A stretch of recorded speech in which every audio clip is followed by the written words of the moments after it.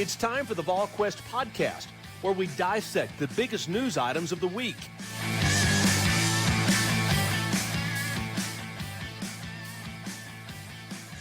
With Ben McKee, Brent Hubbs, VolQuest.com on a Friday, and it's First Pitch Friday. The Tennessee baseball team set to start the season at Lindsey Nelson Stadium, and a lot of excitement, Ben, surrounding this baseball team. A lot of people still basking in the glow of what happened last year at home. Obviously, there was disappointment at in Omaha with the College World Series, but just the juice that was created from a year ago in Knoxville has a lot of people excited about this team. How curious are you about this team as they get started this afternoon against Georgia Southern? Yeah, real curious. And it's been cool to see the excitement level transfer to this season. And everybody that was kind of on board for Omaha seems to be back on board for this upcoming season, year 5 of Tony Vitello. And it's just been cool to see the growth of Tennessee baseball from a fan perspective. And we all know Tennessee fans will cheer for anything that has a T on it and is being successful. That's what makes Tennessee fans so great. But I remember being in college as a student journalist those last couple of years of Serrano, and just barely anybody at the field, and not a whole lot of interaction on social media. No media members back then really covering the team or tweeting about them, just silly things like that. And now we show up and the players are kind of in shock by how many media members are there. There's seating down the left field line. There's a double deck porch.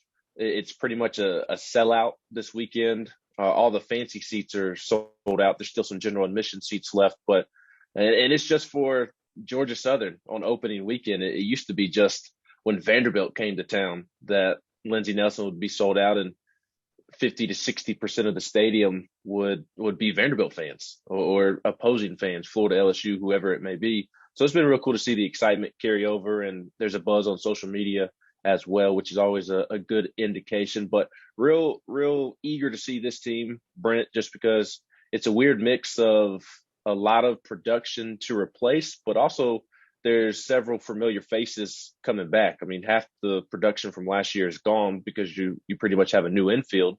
But Evan Russell's back, making the switch to catcher. Luke Lipscombe, he's back at first base. You've got Redmond Walsh, who will kind of be your closer. And I say kind of just because he will be that late inning guy that you call upon in clutch situations, but it may not be just strictly in the 9th inning. It could be the 6th inning, the 7th, 8th, whenever Tony Vitello and Frank Anderson feel like the game is on the line. In that moment, Redmond will come in. So those are your 3 COVID guys that are carrying over from last year. You've got Jordan Beck back, and if all goes well, he should be a first-round pick. Drew Gilbert's back. So real eager to see how those guys returning take the next step and the leap that they potentially take, but also interested to see some of these new guys. Well, before we get to some of those new guys to look out for this weekend, I want to circle back a little bit to what you were talking about with the atmosphere and the excitement that's there. How much credit does Tony Vitello and Tennessee's administration deserve for creating an atmosphere there? Because they let the rowdies or whatever name they're going by this year in that student section, that they kind of let them go. I mean, they drew criticism from opposing coaches, and nobody kind of stifled them or kind of told them to sit down and be quiet. How much, by letting that go to a degree and keeping it within the realm of sportsmanship, has that helped create some of the juice you're talking about with this program? I think it's a huge reason. And I think Tony Vitello specifically deserves a ton of credit just because he's embraced it. Ever since he got here, he's always talked about Tennessee may not have the biggest stadium in the SEC or the country, or the nicest, newest looking seats or entrance to the stadium or whatever, but they can have the most unique atmosphere in the SEC, or one of the most unique atmospheres in the SEC. That was his vision from day one. And you saw that last year with the student section that's right above first base, getting on to Trey Morgan, the LSU first baseman. And that was a big topic. And Paul Maneri going back to Baton Rouge that week and talking about the team. or talking about Tennessee's environment. And I think it was something along the lines of calling Tennessee fans classless or something like that. And obviously got a rise out of Tennessee fans. But Tony gets a lot of credit for creating this environment because he's embraced it from day one. And it feels like Tony Vitello is part of Vol Twitter, or the real life version of Vol Twitter, because he's not afraid to speak his mind. Obviously, Vol Twitter is very much that way. And he's just embraced it from day one, that he wants it to be rowdy and maybe a little rough around the edges in a good way. And I think that's the best way you can summarize Tennessee fans. So I think Tony deserves a ton of credit for creating this atmosphere, because the team feels, or not the team, but the fans feel like they know him personally. And I think that's the best way you can bridge the gap between player, coach, and fan. Yeah, he's a man of the people. There's no question about that. Last 2 seasons combined for Tennessee. Of course, that's the COVID year before things got shut down in conference play. Last year in the pre-conference, you combine those 2 seasons, Tennessee is 30-5 in the pre-conference schedule. A year ago, going 15-3. Why has this program been good in the pre-conference schedule? And should fans have expectations like that for this year with this baseball team in terms of the pre-conference schedule? I think they've been good because of the depth on the team. When you start baseball season, it's kind of trial by error, and just kind of seeing what fits, what works, what doesn't work, what doesn't fit. And the only way that you can successfully do that, in my opinion, is if you have depth and good competition, good culture. And Tennessee the last 2-3 years has really checked all those boxes. And I think they checked those boxes once again. This weekend, I was going to say I would be stunned if you see the same lineup all 3 days, but you're just simply not going to see the same lineup all 3 days. And part of that's because there's new faces at third base, shortstop, second base, and guys are going to get their opportunity to show what they can do out in left field, the DH spot, backup catcher, pitching staff a little banged up. So guys are going to be put into some high leverage situations that maybe they wouldn't normally be put into. Tony's able to do that because he has so much talent and so much depth.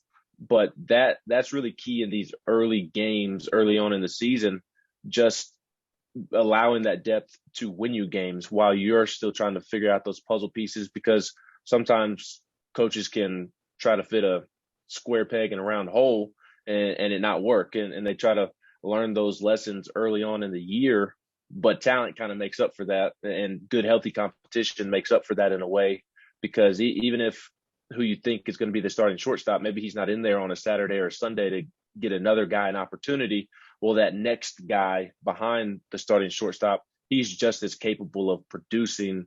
And that's big in preseason and non-conference game, in my opinion, while they're trying to get a feel for what's going to work best during SEC play. Well, it's interesting because you look at this, obviously, from a pitching staff standpoint, with the injuries they're dealing with right now. They have to force some young guys in there to try to create some depth. But I think Tony Vitello has always been willing in midweek games and in pre-conference schedule games to roll a dice. And I'm not saying he's willing to lose. It's not like he's out there going, okay, it's all right if we lose this one. It's not that. But he's not sitting there going, okay, let's guarantee this win here. We're going to play our regular starters, 5 days a week to make sure we get those midweek wins when we get into conference schedule, or even in the preseason. It seems like he forces depth both on the mound and in the field, because he is not afraid to put a guy in a unique situation. I'm not saying you don't earn it on the practice field, but he's really willing to put some freshmen out there and go, hey, grow, learn. You're going to make a mistake, but it's okay. And these are the types of games where you need to go make a mistake at, because you may be counted upon in conference, in the conference schedule at some point. Right. I think that's spot on. It's like Will Wade a couple of weeks ago with Xavier Pinson being banged up. He said, we brought him back too soon. We're going to sit him this Saturday against Vanderbilt. If we lose, we lose, but we've got to get Xavier Pinson ready to go. It's maybe not to that extent. And funny enough, LSU did end up getting blown out by Vanderbilt that Saturday. But again, it's not to that extent.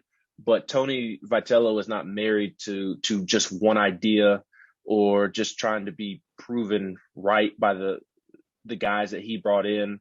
the highly ranked guys that were brought in to fill a certain role or perceived to fill a particular role, be a starter or whatnot.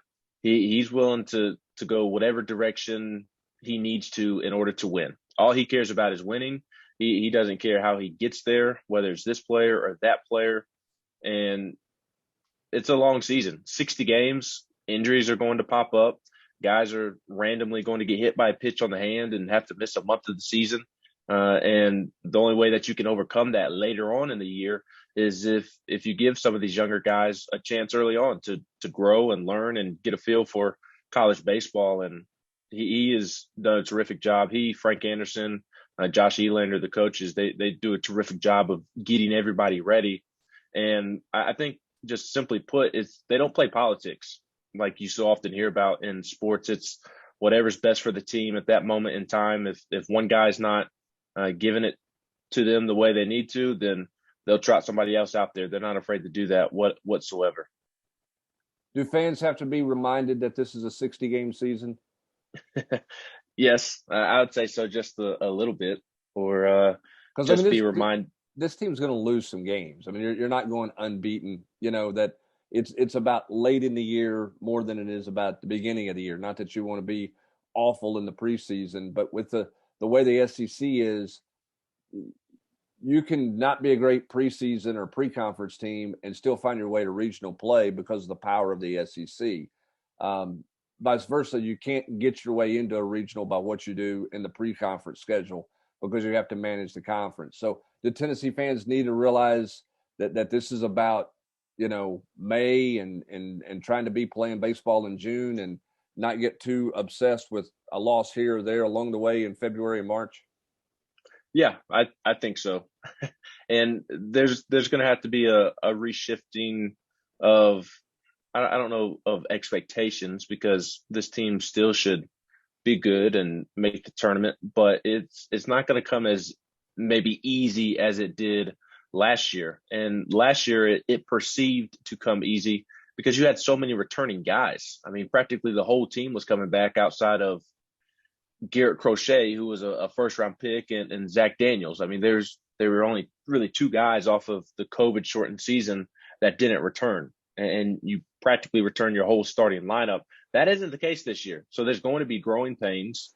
We've seen that with Tennessee basketball the year after Grant and Admiral and that team moved on, and that team wasn't destined for the NCAA tournament when COVID cut the season short, but it was still had a lot of growing pains that season. And I don't think the Tennessee baseball team is going to be on the risk of missing out on the tournament like that team following Grant and Admiral. But just trying to point out that team had growing pains. The program has had growing pains trying to get back to what perceives to be where they are now.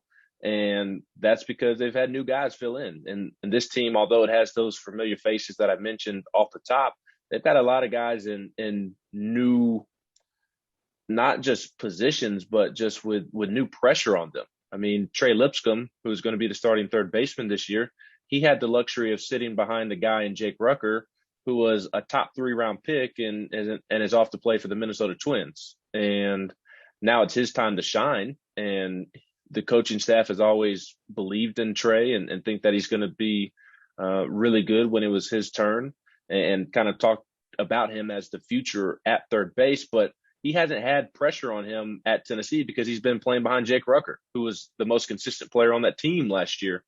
So there's new guys and new roles, and there's going to be some growth like an Olivier Camois has experienced, to where maybe he's spotty early on in the season, but then because he's playing so much, he finally hits his stride, and he looks to be the player that the coaches always thought that they would be. Trey Liscombe, I think, is going to be a perfect example of that.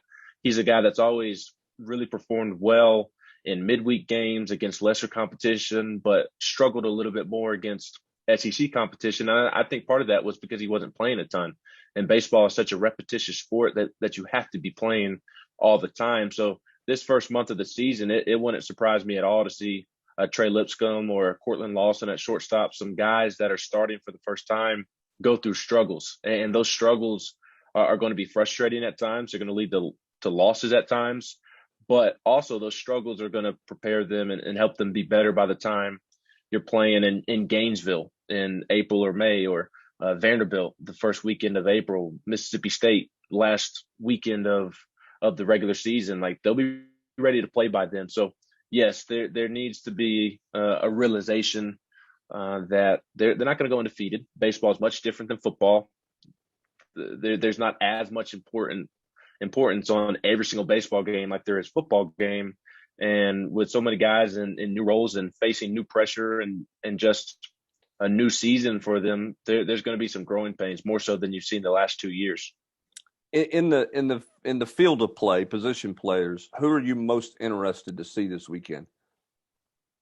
Ooh, that's a tough question. I could go a number of guys. You talk about Evan Russell making the transition to catcher. Who could have seen that coming? I mean, he was an everyday left fielder last year, and now he's moving to catcher. And that's no easy transition to make. And he's going to be dealing with guys who are just pumping gas left and right and touching triple digits on the radar gun. That's not an easy transition. So really curious to see how Evan Russell handles catching defensively. We know what his bat will bring to the middle of the lineup. Maybe not a high average type of guy, but he's going to hit you 12, 15 homers, and he's going to have some big clutch hits like he did last year. So I would throw Evan into that, and I would throw Trey Lipscombe and Cortland Lawson into that as well as guys that I'm eager to see, just because they're new faces and how do they respond against a different team. I mentioned that Trey Lipscombe has always kind of been hyped up, and Tennessee's coaches have talked about him as being the future of the third base position for them. That future has arrived, and now it's his time to kind of take the job and run with it. And all indications are that he had a good fall, had a good spring. Cortland Lawson, who will likely be the starting shortstop, he's been as consistent as anybody hitting the ball in the fall and the spring. But how do they perform when the lights come on? It's one thing to do it in fall ball when there's maybe a fan or two sitting in the stands, or in practice and BP when nobody's there, there's no pressure on you. But how do they perform when the lights come on? So I think those are the three guys that I'm most eager to see this weekend, because you know what you're going to get in Luke Lipscombe at first. You know what Jordan Beck and Drew Gilbert are going to bring. Obviously, there's a little bit of intrigue there because you want to see how big of a step they can take from sophomore to junior year. Left field's interesting. Kyle Booker, can he take the job and run with it? You've also got two JUCO guys that could potentially play out there, and Logan Chambers and Seth Stevenson, two of the top JUCO players in the country last year. And Logan Chambers just consistently hits the ball. I mean, he is just a walking hit. And Seth Stevenson has the potential to be one of the fastest. He won't be the fastest because that's Enrique Bradfield Jr. at Vanderbilt, their center fielder, but he can be the next fastest player in the SEC. So I know that's a broad answer, but just I'm real eager to see all the new faces. But if I had to shorten that list, it would be Trey Lipscombe, Cortland Lawson at third and shortstop, because I think they're really going to have to produce this year in order for Tennessee to be good. All right, Evan Russell's behind the plate. We'll see how he handles managing base runners and all those things that come with playing catchers as well. But you also, how does he manage the pitchers? And it's a pitching staff that's not going to start the season like anybody had envisioned them starting this season, when, you got Tidwell down and, Sewell's out this weekend because of a little hand injury that he suffered. It doesn't appear to be anything serious. They're banged up there. Now, Frank Anderson's been terrific everywhere he's been, and he gets guys ready. So I don't think Tennessee fans and people that follow baseball closely are freaked out about the pitching staff and what's going on there because of what Frank Anderson has done. But what should Tennessee fans expect out of the pitching staff this weekend? What are you looking to see out of this pitching staff this weekend? And how big is it that Ethan Smith is eligible, the Vanderbilt transfer? Ethan Smith being eligible is huge just because of the injuries that you mentioned. I mean, Blake Tidwell, that's a huge loss. And we'll see just how huge of a loss it becomes, because right now it's not the end of the world that he's not pitching. It's not. It'll be the end of the world when he's not pitching in a couple of months in conference play if he's not able to return. But the expectation is that he should at minimum be back by the time SEC play is starting or a weekend or two into SEC play. So it's not the end of the world that he's not pitching this weekend, or Seth Halverson, the Missouri transfer who had a freak incident while pitching in a bullpen and his arm just snapped while he's throwing a pitch, which is really freaky and makes me cringe every time I think about it. But he wasn't going to be a starter. He was going to come out of the bullpen. I think the starting rotation was going to be Blade Tidwell, Chase Dolander, the Georgia Southern transfer, and Chase Burns. So you have most of that back for the most part, or you still have most of that while you're dealing with the injuries. Camden Sewell was going to fill in there. So it's unfortunate that a guy that can start and can also be a heavy relief guy out of the bullpen, he won't be available after taking a ground ball off of his hand like you mentioned, and he won't play this weekend because of that.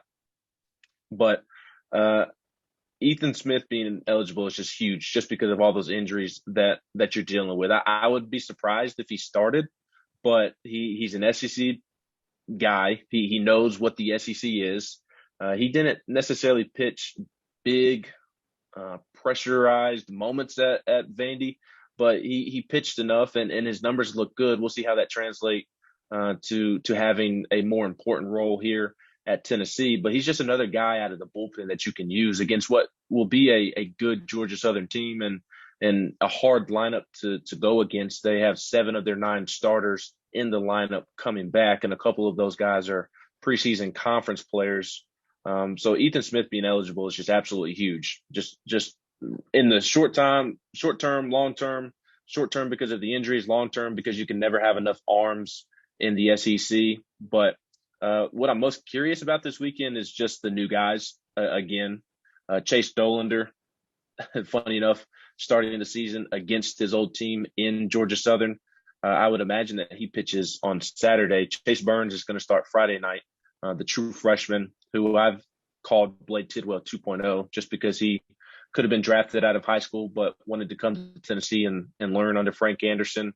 Could have made a lot of money doing so, but chose college instead. He's from the mid-state, just like Blade Tidwell, and I think he's going to be in the running for SEC Freshman of the Year when it's all said and done. And I know injuries are factoring into him starting on Friday night, the first game of the year, but I think it is also telling that Tennessee is trotting him out there for the first game of the season and what they think of him. Chase Dolander, they think that he could be a future first-round pick as well. So you've got 2 first-round picks going on Friday and Saturday, making their first career Tennessee starts. So that's obviously a big thing to keep an eye out for this weekend. And then Sunday, I'm real curious to see what they do on Sunday. There's been a little talk about Drew Beam potentially starting on Sunday. Didn't really pitch much last year as a senior in high school because he was coming off of Tommy John. Was the former starting quarterback at Blackman High School there in the mid-state, and he's a guy who the talk around him behind the scenes has really increased kind of as each month has progressed. Didn't hear much about him in the fall, mainly because I think he was coming off the Tommy John, but you start to hear a little bit of buzz in December. January that ramped up, and now February he's being mentioned as a potential starter the first weekend of the season. So going to have 3 new guys starting for you this year after you lose Chad Dallas, you lose Will Heflin, and real curious to see how they kind of perform in their first action. And it's not going to be an easy weekend right off the bat. Georgia Southern is going to be a tough team to go up against. Yeah, and Chad Dallas was such a stabilizing force for Tennessee on Fridays in the weekend series. I mean, he set the tone because he ate up innings on Friday nights, and he was just effective. It wasn't that he was the biggest power guy in the world, but he was a guy that when he grabbed the ball, it felt like everybody in the dugouts, belief was even ramped up more. I mean, he just commanded that kind of presence about him. That's key for a Friday night starter for whoever that's going to be for Tennessee. Is this a pitching staff that is going to be you think it's going to be a power staff? Is this going to be a hard throwing Frank Anderson? We're going to throw strikes and see if you can hit us, and we're going to keep the ball down and get ground balls and put the ball in play and go that way? Or is this going to be an overpowering high strikeout, group? What do you think the makeup of this pitching staff in terms of how you would, what characteristic you would give it? I think it's a mixture of both. You're not going to pitch for Frank Anderson if you don't throw strikes. It's as simple as that. But the luxury of this staff and mainly how Tony Vitello and Frank Anderson have recruited the last couple of years is they have guys who can throw strikes, but they have guys who can throw strikes at near 100 miles an hour. And that's both in the starting rotation. That's out of the bullpen. Ben Joyce is a name that I have not mentioned yet. He's a Knoxville native. Went to Walters State, signed with Tennessee, had to go through Tommy John, and this will be his first year coming back from Tommy John, and impressed a whole lot there in the fall. And in January, touched 103 on the radar gun in a bullpen. So he's, if Tennessee fans can remember Andrew Schultz for a couple of years ago, he's a more controlled Andrew Schultz. Andrew Schultz could throw really hard, and that got him drafted by the Phillies, but you didn't necessarily know where it was going to go at all times. And you could usually tell by his warm-up pitches or his first or second pitch that he threw what kind of day it was going to be for him. But Ben Joyce is much more controlled, and he's going to be a key piece to this Tennessee pitching staff, and he will be one of the first arms out of the bullpen, and prove to be the most important arm out of the bullpen here when we look at the staff as a whole in a couple of months. And then the three that are starting when Blade gets back, both Chases, Dolander, and Burns, who I just spoke about, they're all guys who are high velocity guys. And with Burns and Tidwell especially, I mean, it's with relative ease that they are pumping upper 90s and can touch 100 whenever they want to. I think Redmond Walsh put it the other day that they've got 5-6 guys that can touch triple digits and are high velocity guys. And there's some major league staffs that don't have 5 or 6 guys that can touch triple digits. So it's a little bit of both. I do think that they will overpower people at times, but to pitch for Frank Anderson, you have to be able to throw strikes. And everybody thinks of those guys that I mentioned as, guys that just are going to overpower hitters, but they also have really good secondary pitches as well. They can go to a second or third pitch if they need to. They're very versatile. It's just not fastball or nothing with them. And in order to be successful in the SEC, you have to have more than a fastball, because these hitters in this league are seeing upper 90s every single weekend. It doesn't really phase them whatsoever. You've got to have those secondary change-ups or curveballs, sliders, splitters, whatever it may be, a cutter. Like you've got to mix in some other pitches, and all of these pitchers that I have talked about, they have versatility in their arsenal. So I do think it'll be a staff that overpowers people, but the ones who are most consistently throwing strikes are the ones that are going to pitch the most. Well, it should be fun to see. There's a fan base that's excited to see what this team looks like. They're excited to get the season started. It's a Georgia Southern team that's coming to town that's excited to play Tennessee. This thing had a little high intensity about it the last time these two teams got together. So there'll be plenty of opening weekend intensity. It won't just be excitement. There'll be a lot of intensity between these two teams. Should be a lot of drama at Lindsey Nelson Stadium coming up this weekend. It should. I'm real curious to see how the weekend goes. Drew Gilbert met with the media earlier this week, and first question was, do you anticipate being hit by a pitch? And it was kind of a tongue-in-cheek question, kind of joking around, messing around with Gilbert. And he said, he laughed and chuckled, and he said, whatever it takes to get on base. And that question was asked because Drew Gilbert was kind of the one that initiated all the fireworks down in Statesboro last year, and both teams jawed all weekend at each other and didn't back down from one another. Tennessee was able to come out on top that weekend, but there were plenty of fireworks, and I imagine those fireworks, as Georgia Southern wants revenge, they will reappear. And then you've got the added context of Chase Dolander, one of their best pitchers from last year, a freshman All-American, making his first start for Tennessee. I imagine there'll be a little chippiness there as well. And Georgia Southern is a good baseball program, and they should be. Baseball is much different in that regard, college baseball, whereas these talent-rich states like a Georgia, they're smaller programs throughout the state. Obviously, you think of Georgia Tech, you think of Georgia, but the Valdosta states and Georgia Southerns and Georgia states, because there's so much baseball in the state of Georgia, Kennesaw State, those teams are typically really good because of how much baseball is played in Georgia and in the South. So it'll be a real good test for Tennessee right off the bat. Well, we'll see how it goes. We'll have coverage for you all weekend long at volquest.com. Ben, thanks for your time. That gets you ready for Tennessee baseball on this First Pitch Friday. I'm Brent Hubbs, volquest.com.